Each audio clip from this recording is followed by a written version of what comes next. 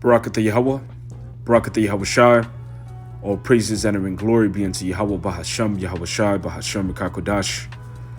Double honors to our apostles and elders at Great Millstone who taught us his truth and who rule well.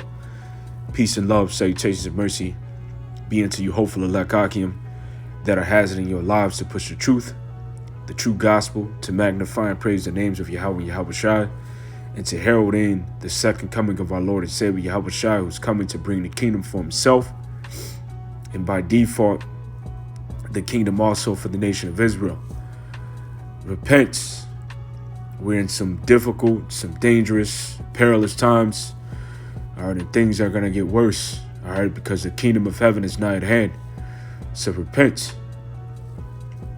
And to the rest of you believers that believe with your whole heart, mind, body, and spirit, all right, that make up the rest of the hopeful elect, you Akim and few Akwathium, that believe in Yahweh Ba'ashem Yahweh Shai with your whole heart, mind, body, and spirit, and who are waiting for these last and final prophecies to happen in the earth. Peace be unto you. Shalom. This video is going to be entitled Shoplifting is on the Rise. And it's not just your typical, shoplifters, all right, who's targeting luxury items, such as alcohol, and things that they could take and sell, for money. All right, you have, people that are not your usual suspects. All right, you have a bunch of Edomites, that are shoplifting and stealing, that come from, wealthy households, because they're starting to feel the impact of this economy as well, as well as, Jake's too. So shoplifting is on the rise, and there's a reason for this. Now, they could be pushing this, for the sake of saying that shoplifting is on the rise, so we'll have to do something to counter it, which will help them to implement, more scanners, more biometrics, or more face IDs, and things that scan your face and your body. All right, to put within these supermarkets, or these grocery stores, these big supply chain grocery stores, and places where people go and shop and get their goods. Don't be surprised when you start seeing more smart stores, in places like Amazon, stores that basically scans things as soon as you pick it up and put it in your buggy. All right, we're understanding through prophecy, that the MOTB system is being implemented right now. All right, by the year 2030, which I believe it would happen a lot sooner. All right, but they want everything to be upgraded. All right, this devil believes in technocracy, and this is how he believes that he's going to continue, his rulership. All right, he thinks that his NWO is going to be through technocracy, but he doesn't understand that the same intelligence, all right, this artificial intelligence and these CHIPs and whatever it may be that he's using to forward this agenda, is his downfall. All right, it marks his downfall. But to read this article, which comes from the Daily Mail, and it was posted May 22nd, 2022, it says cost of living crisis sparks boom. And the first time shoplifters, with supermarket bosses saying theft levels are off the charts, which means that way more people are stealing, or way more people are taking, which I believe there's a scripture in the book of Proverbs which says, despise not a thief if he steals to satisfy his soul, but if he be caught, then he should pay, or make a restitution, just roughly paraphrasing. All right, which, of course, Esau, Edom doesn't live according to the law, and he has his own set of laws, which if he caught you shoplifting, basically to satisfy your needs because you're poor, all right, he's going to give you a misdemeanor, and if it's your second or third offense, you might get a harsher punishment. But anyways, what are you going to do when this is going on everywhere? All right. See, theft is getting ready to soar because although I mentioned, Esau, Edom, setting up this new system, really it's the judgments of Yahweh Ba'ashem Yahushai. All right. Because the scripture does mention when you go into the book of 2nd Ezra 15 and 49, I will send plagues upon thee, widowhood, poverty, famine, sword, and pestilence to waste thy houses with destruction and death. So one of the things that are coming to waste thy houses with destruction and death is poverty. All right. So the system that you have trusted in, all right, you have been comfortable with. All right, you have went to school to be educated as a dummy slave to continue to work in just so that you can have a job to be able to provide for yourself as a self-sufficient slave within this man's system. All right, you're seeing that none of that paid off. See, when you went to school, you didn't learn anything about, being self-sufficient. All right, all you learned was how to survive within this system, but now the system is collapsing right under you. All right, all your hope that you put into this system is collapsing. Here it is. You got so-called the middle class people, all right, who thought that they were doing good, who thought that they were wealthy and well off. They're turning to shoplifting too. All right. Now, reading on within this article, it says theft has soared since the beginning of the year and are continuing to increase in the wake of the price rises caused by the war in Ukraine, which have left many consumers struggling to make ends meet, which is stupid. Basically you'll believe anything that you see or read in the news. See, all of this stuff that's being caused in regards to the global supply chain. They can easily blame it on Ukraine, but that's not the reason behind that. All right, before, Russia ever ventured, to step into Ukraine, and fight against them, you were already, seeing prices increases, within America, as the American dollar was devaluing. All right, inflation isn't coming because of the war in Ukraine. Inflation is coming because of the scant measure. All right, because of the dollar, which isn't backed by commodities such as gold and silver. It's not backed by something that gives it stability, but basically it's a fiat currency that only has its value because you're told to put your trust in it. That's the only reason why.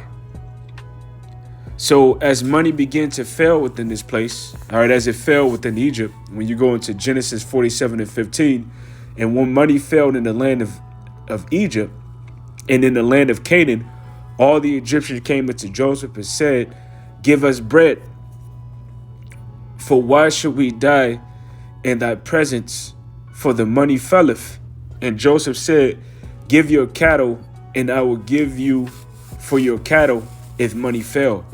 So basically, at this particular time, there wasn't any money.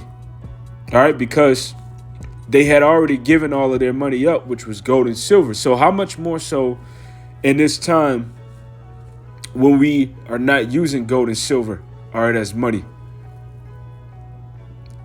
All right, the American dollar is extremely volatile because it's not backed by gold and silver, and it's not gold and silver, therefore making it scant. Now, this comes from a website called faithbibleministries.com, and basically they're going into inflation. And I'll start right here. It says inflation is when the government creates a fiat currency. Fiat currency has been defined variously as any money declared by a government to be legal tender, meaning that the producer or the produce, Salaki, that they produce a paper product that guarantees that it represents something of intrinsic value. And in this case, the dollar doesn't represent something of intrinsic value. Once a government disconnects that fiat currency, in our case, the American dollar, when that which is to represent, in our case, gold, then the dollar is unstable, and the more false dollars that are printed by the mint, the less that our current dollars that we now hold are worth. So that's the point right there. You know, this was going on before the war in Ukraine. And why? Micah 6:10. Are there yet the treasures of wickedness in the house of the wicked, and the scant measure that is abominable? Shall I count them pure with the wicked balance, and with the bag of deceitful weights? So when you go into scant is dealing with something that have leanness, all right, something that is sickly, you know, something that isn't healthy. And that's the American dollar. The American dollar has leanness. All right, its value isn't what they put it out there to be. And every time $1 is spent, it generates more and more debt. So that is the reason why.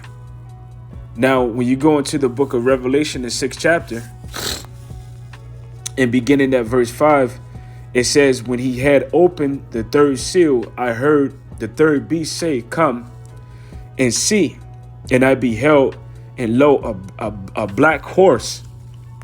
And he that sat upon him had a pair of balances in his hand. And I heard a voice in the midst of the four beasts say, a measure of wheat for a penny, and a measure of barley for a penny. And see that you hurt not the oil in the wine. The oil in the wine, in this case, represented the truth, the wisdom, knowledge, and understanding. Now, the measure of a wheat, when you go into the word penny, the word there is a denarii, and it is considered in ancient times to be a day's wage. But in this time, you know, a day's wage could be easily, on average, you know, $100, you know, to $125, maybe $150, you know, depending on what job you work. And as you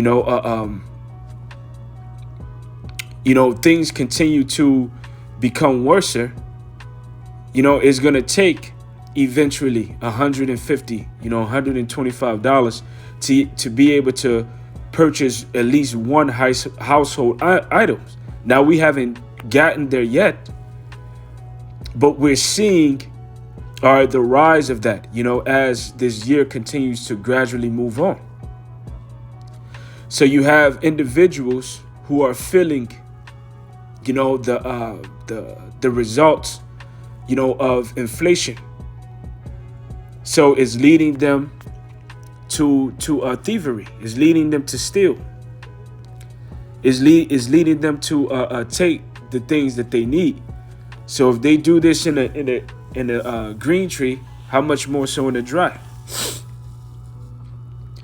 Reading on within the article from the Daily Mail, it added, one store manager reported shoplifting started to rise across every day in low value items that you find in your weekly basket, in contrast to more regularly targeted luxury high cost items. And you brothers, you know, that work, you know, in places like retail, you know, maybe you can give your own point of view and perspective, you know, and do a video on this, you know, to shed more light upon it, you know, to show from your perspective how true, all right, this is. Retail analyst Brian Roberts, a shop floor insight, said, the situation is definitely getting worse, and said the crime rates was off the charts. Some shops have reintroduced the one-way entry and exit points that were around during, the C thing to help social distant customers, but are now there to make it easier to track who comes in and out the store.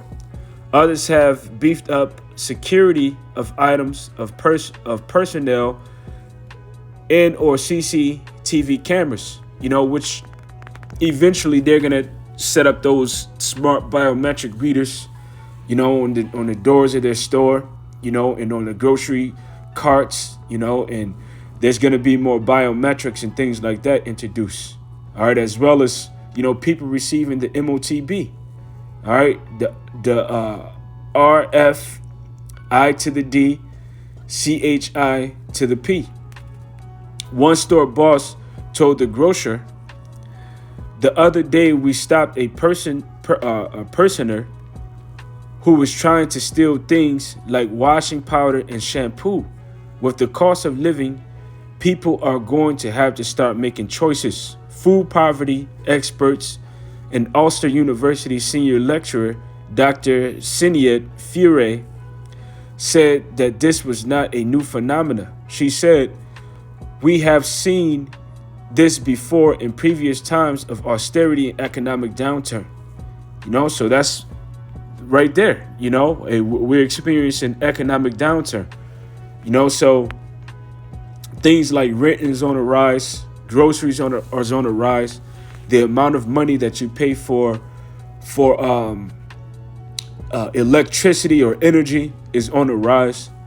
And on top of that, not only are we in a time of inflation, I believe this time will be considered, although they're saying that it's a recession as well, and you're seeing inflation, I believe you can call this time a stagflation, if I'm not mistaken. Let's grab the definition of that. So stagflation is persistent high inflation combined with high unemployment and stagnant demands in a country's economy. So we're in the time of a stagflation, because they also say that we're in a recession. Now, what is a recession? A recession is a significant decline in economic activity that lasts for months or even years. Experts declare a recession when a nation economy experiences a negative gross domestic product, which is a GDP, rising levels of unemployment, falling retail sales, and contracting measures of income and manufacturing for an extended period of time. Recessions are considered an unavoidable part of the business cycle, or the regular cadence of expansion and contraction that occurs in a nation's economy. So not only are you not, your GDP isn't high, all right, which means that you're not making a lot of money. The country isn't making a lot of money. All right, you got falling sales and retails, and the proof is in the fact that people are starting to steal. All right, that there's theft is on the rise, shoplifting is on the rise. You got the people that are not making enough monies, all right, to meet the medium standard of how much it costs to live. You got something called the let's see if I can find it. You got something called the cost of living index. All right, and you can look this up.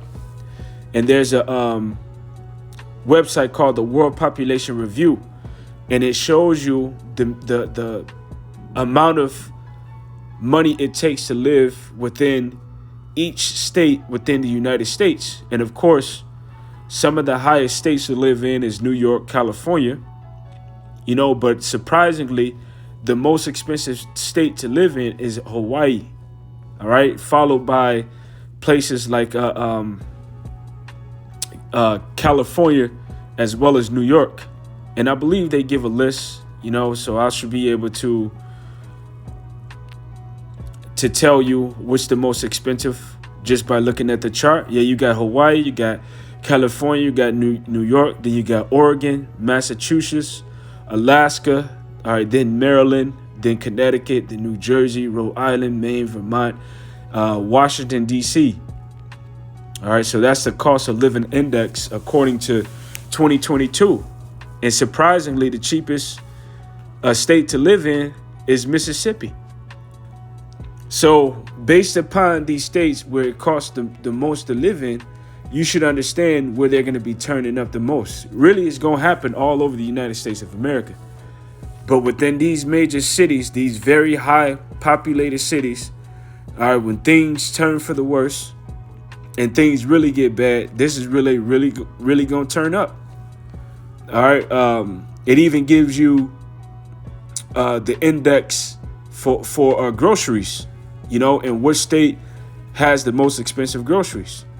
So Alaska, Hawaii, Alaska, New York, all right, Massachusetts, Nevada, California, Delaware, Vermont, Pennsylvania, Washington, D.C., Oregon, Rhode Island, New Jersey, Maryland, Florida, Minnesota, Wyoming, Montana. And that's just going pretty much up the list, of which states has the most expensive groceries. So the price of living index is increasing. All right, and what's happening is at the same motion, you have people losing their jobs because we're in a recession. Now it states within the book of Isaiah 19 and 15, neither shall there be any work for Egypt, which the head or tail, branch or rush may do. The book of Ecclesiastes 12 and 4, and the door shall be shut in the streets when the sound of grinding is low, and he shall rise up at the voice of the bird, and all the daughters of music shall be brought low. So what is grinding? Grinding is work. All right. As people lose their jobs, they still need to live day by day. So what are they going to turn to? They're going to turn to taking what they need. And eventually when things get worse than this, all right, people are going to take lives in order to get what they need. Now, the book of Proverbs 23 and 20, be not among winebibbers, among riotous eaters of flesh, for the drunkard and the glutton shall come to poverty, and drowsiness shall clothe a man with rags. Now, the reason me getting that is because when things wasn't this bad, all right, the spirit of America is to be in a state of mirth. All right, and in the state of mirth, what do? You eat and drink, and you do wasting of those things riotously. All right, you spend a lot of money on alcoholic beverages. You spend a lot of money on food. And what do? You eat and drink, and you celebrate holidays. All right. But the time is going to come, as it states within the book of Isaiah, the 24th chapter, that you're not going to drink wine with the song. All right. Those days is gone. All right. It's about to get bad from here. Isaiah 24 and 9. They shall not drink wine with the song. Strong drink shall be bitter to them that drink it. The city of confusion is broken down, and every house is shut up, that no man may come in. It says the same thing in the book of Ecclesiastes. All right, that the keepers of the that the houses shall be shut up. There is a crying for wine in the streets, and all the joy is darkened. The mirth of the land is gone. And the city is left desolation, and the gate is smitten with destruction. So this is what's about to come. All right, all of that drunkenness, that gluttonous spirit of mirth. All right, people ain't gonna be in that, because right now, as this lesson is going on, all right, here it is. Memorial Day is tomorrow, but people are celebrating it today. They're shooting fireworks, they're in the spirit of mirth, but they're not thinking about the time when they're going to need this food, when they're going to wish that they had that money and had not spent it on these holidays, all right, that are pointless, that are completely fucking pointless. The book of Sirach 18 and 25, when thou hast enough, remember the time of hunger, and when thou art rich, think upon poverty and need. And this isn't what the average American do. This isn't what they're thinking about. All right, all they're thinking about is consuming and filling their belly today, because they think that tomorrow is going to be the same as today, that they'll be able to prosper. The book of Isaiah 56 and 12, come ye, say they, I will fetch wine and we will fill ourselves with strong drink, and tomorrow shall be as this day, and much more abundant. So they thinking that, they have and I believe this is the correct word to use.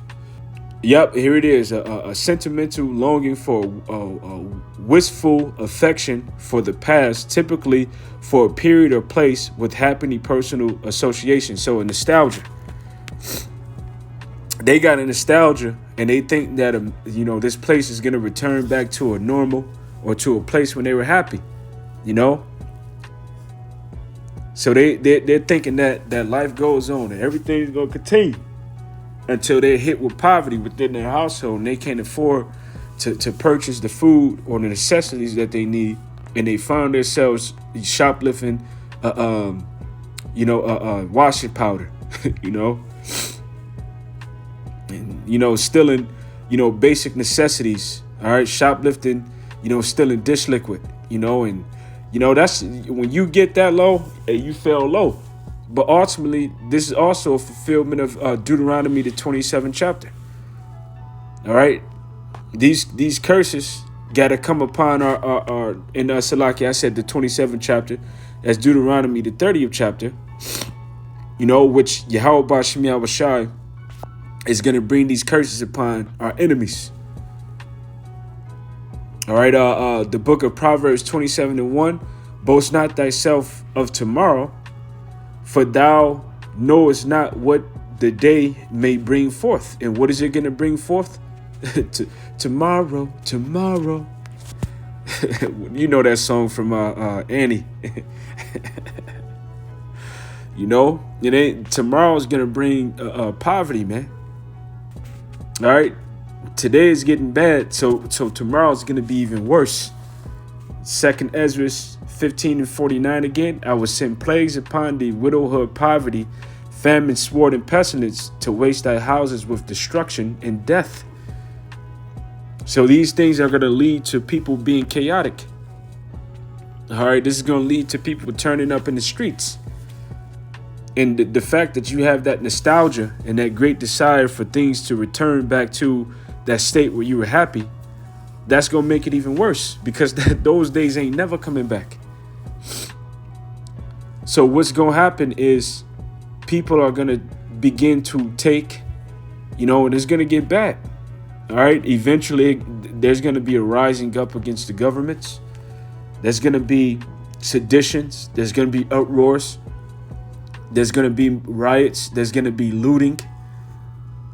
All right. People are going to eventually run up in other people's houses to take the things that they have there. All right. You heard the stories about 70 AD. All right. When you go into secular history, you can read about situations where people were running up in people's houses with the sword. All right. And killing them. All right. If they even seen the shadow of what appeared to be food, if they even smelt a scent of what appeared to be food. The book of Josephus gives an account where a woman was wealthy. She was living within Jerusalem, and she cooked her own baby. And when the thieves came in because they smelt the scent of food, she said that, look, I killed my own baby, and I ate half of them, and I saved half for you because I knew that y'all were gonna come. And when they saw that, they were terrified. Now, how true that event is, I don't know in regards to that, because Josephus was a straight up coon. But ultimately, those situations and accounts were happening, and we know that according to the scriptures. All right, there's a Bible verse that says that you're going to eat your children, and that's going to come back. And not only is that going to come back, but just cannibalism in general is going to come back, because when you continue reading on in the book of 2nd Ezra, the 15th chapter, it speaks on that. Matter of fact, and I'll do that. Let me jump down. And I was at 49. So let me start here, because this is the reason that it's coming. It says, what I with jealousy have proceeded against thee, said Yahweh. This is verse 52. If thou hadst not always slain my chosen, exalting the stroke of thine hand, and saying over their dead body when thou was drunken, All right, set forth the beauty of thy countenance. All right, because these nations are jealous of Israel. You know, Esau, Edom on down. The reward of thy whoredom shall be in thy bosom, therefore shalt thou receive recompense. Like as thou hast done unto my chosen, said Yahweh, even so shall Yahweh do unto thee, and shall deliver thee into mischief. Thy children shall die of hunger, and thou shalt fall through the sword. All right, the cities shall be broken down, and all thine shall be punished with the sword in the field. Now those that escape and that flee into places of seclusion, they're going to turn on each other and begin to kill and eat each other. They that be in the mountains shall die of hunger, and eat their own flesh, and drink their own blood, for very hunger of blood and thirst of water. Thou as unhappy shall come through the sea and receive plagues again. So see, and in thy passes they shall rust on the idol city, and shall destroy some portion of thy land, and consume part of thy glory, and shall return to Babylon that was destroyed. So this place is going to be destroyed by thermonuclear destruction and by the chariots. And before the thermonuclear destruction and the chariots happen, there's going to be certain judgments that come upon this place. All right. And not only this place, but other places around the world. Now I want to grab this scripture and I'll end it off here. This is the book of Isaiah, the 9th chapter, and going to the 20th verse. And he shall snatch on the right hand and be hungry, and shall eat on the left hand, and they shall not be satisfied. They shall eat every man the flesh of his own arm. So what does that mean? That's speaking about people eating themselves, you know, because they're not satisfied. They're going to be so desperate and so hungry that they're going to eat their own flesh. Now, when you go on other Bible comparisons, it says this, and using this one as an example, the New Living Translation, they will attack their neighbor on the right, but will still be hungry. They will devour their neighbor on the left, but shall be not be satisfied. In the end, they will even eat their own children. Now, although that one isn't as an accurate translation, according to, you know, what it reads within the book of Isaiah 9 and 20 within the KJV. All right, this is something that still will happen. All right. So after you've, killed your neighbor for the food that they have and you still hungry, you're going to go back and you're going to devour that body. You know, and after you devoured your neighbor, you know, and you're still not satisfied, Yahweh B'Shem Yahweh being terrible, going put you in the state of desperateness to the point where you're going to eat your own flesh and blood, man. You know, your own children. And after you've done that, you're going to turn it and say, look, I don't need my right hand, so you're going to eat it. You know? No, what does it say? Let's see. It says, they shall snatch on the right and shall be hungry, and they shall eat on the left. So you're going to eat your left hand. Said, look, I'm right-handed. I don't need my left hand. So with that, I truly hope that this lesson was edifying. All praises, honor, and glory be unto Yahweh B'Shem Yahweh. Double honors to our apostles and elders at Great Millstone who taught us his truth and who rule well, peace and love, salutations and mercy be unto the hopeful elect. A shalom and a Bible ball. Kwam Bakayam. Shalom.